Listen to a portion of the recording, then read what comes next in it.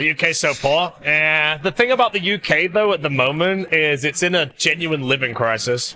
I'm an anomaly, of course, but I do follow a bit of what's going on. And it is like everything has gone up in the UK. Everything has gone up in the UK except for wages.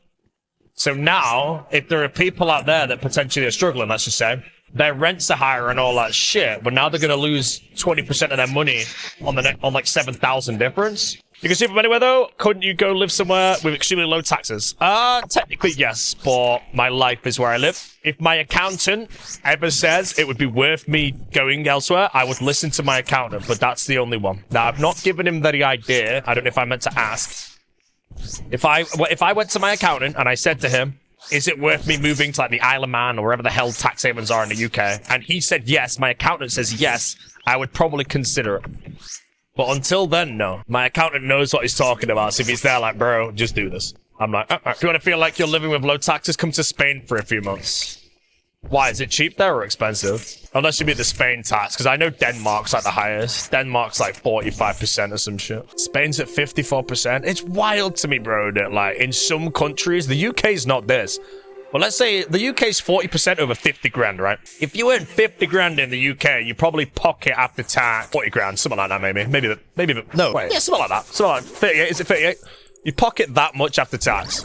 But if you earned that money in somewhere like Denmark, you literally get like 29 or something. You just say goodbye at 21,000. I find some places like that wild. That's where, like, again, if I was a streamer, I'd maybe consider it big time to move. But the UK is not too bad right now. But yeah, one day if my accountant's like, yes, lad, because you work from home and all you need is an internet connection, you should definitely move to this place. I'd be like, all right, bro. There is a point in my life, though, I think, like, probably when I'm 32, it might be worth me moving from where I live to go somewhere that's beneficial if everything's boom. Because this is the year where I've got loads of weddings and loads of 30ths and loads of people moving into their properties. Other than that, I really don't see my friends that often anymore. Although I'm thinking of my school friends here. But no, I like living in Sale. It's cozy. The issue isn't income tax, it's that after I'm taxed when I buy stuff, I'm taxed there. Taxation is theft. Yeah, for me, I don't really know what I'm taxed on outside of income, to be honest. I don't have a car yet. My taxes are going to be pretty high, though, with the kit contract. My accountant will be cooking those up eventually. Like, hey, boaty, man. Your tax is 10 million, brother. It's like the worst place to live, though, for tax. I generally want to say Denmark. I really want to say Denmark, bro. Oh, man. I feel like the general has it, man. Netherlands. Canada's 50% tax. Finland is 57.3. What the? USA, we pay taxes on income, purchase, property, vehicles, etc. Yeah, I've like not bought anything big for a while. As far as I'm aware, when me and Jesse get a car, I'm just going to lease it. I don't really want a car. I don't really think it's going to be a dream car. So I feel just leasing it and just bleeding a bit of money for a bit. And then eventually when I'm like, you know what, I've got a couple of known claims or whatever, I kind of want this car. That's when I would buy one potentially. Second-hand, of course. At least since UK's in a crisis, interest rates are sky high. Yeah, but what's the good thing about interest rates being high at the moment? It's not like my bank's paying me a shitload of money. Hello, Mr. Hirer? How you doing? Isle of Man, only 20%. What is it? Isle of Man, 20% on everything? But yeah, I think Isle of Man's the one I always hear that's like kind of near me. They hear things like Monaco and all that shit. But yeah, as far as where my life's here, but once I get older, my life will start becoming less life, you know? Everyone's got their own lives to do it. At that point, if I'm just not doing shit, and my accountant's like, you can save $1 million a year by living here, I'm like, yep, okay. I'm moving. I don't know much about tax, but I do find it very fascinating. My accountant does obviously all my shit for me. He'll just basically be like, yo, here's your tax bill. I'm just like, okay. I already know he's done the best for it. But one of my best friends or closest friends is a fully chartered accountant.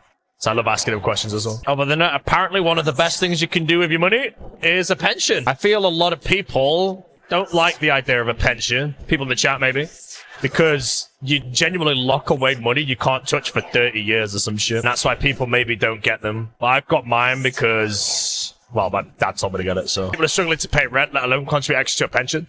Yeah, I mean, I set my pension up like 10 years ago before the UK kind of got into the shit way or whatever. But yeah, basically, well, I mean, this is the thing, because my parents, as soon as I went full-time, I was 21 years old. My parents are like, one, get an account.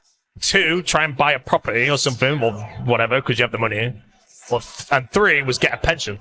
And I set up I got all that when I was 21. I feel like a lot of people might not get taught any of that stuff. Yeah, pension's like a 401k kind of. Yeah, that's why the UK is in such a pile of shit right now. My main mindset to the pension is that whenever I can access it, if I'm still alive, obviously at that point. If I'm dead, it doesn't matter. Nothing matters because I'm dead. But if I can still access it, I'd like to think that the 58 or 59-year-old me looks back at what the 20 or 30-year-old me did. That's kind of how I justify my pension and comfortably knowing that I can't. A Roth IRA? I have no idea what a Roth IRA is. A UK pension's basically I put money into it and it gets like invested and I can't touch it for 30 years. So basically it's money that's invested for like 30 years. Pension is really good for you if you're a high rate owner because it extends your personal allowance band too. Does it? Because all I know, I don't know much about it, but all I know is apparently investing in a pension is one of the best things to do when you're younger if you have a lot of money. Or you're earning really well or doing well for yourself, because you can't touch it and spend it on stupid shit ever in your life. But if you get a good pot early, that is compound interesting basically your entire life. So for me, when I signed my kit contract, I was thinking to myself, you know, when the contract was the first one, the 6-month one, when that was on the table, I was like, right, if I sign this, I want to make it a good decision no matter what happens. So I've actually capped my pension. I went back 3 years and capped my pension every single year. It's now locked away at the age of 30, and that'll hopefully increase. If it doesn't, then I'm in the bin. Crazy to me, you don't know of a Roth IRA? I don't know what a Roth IRA is, but if that's basically just a pension in the UK, then I do know what a pension is. Yeah, it's America only. So a Roth IRA, if you were to compare that to a pension in the UK saying it's similar, is something you invest into that gets... No, you invest your money into it, and it gets locked away for a long period of time, and hopefully increases in value. That's what my pension is. My pension is I contribute to it monthly via direct debit, and it gets invested into like 50,000 companies or some shit. And I can't access that money without tax until currently the age of 55.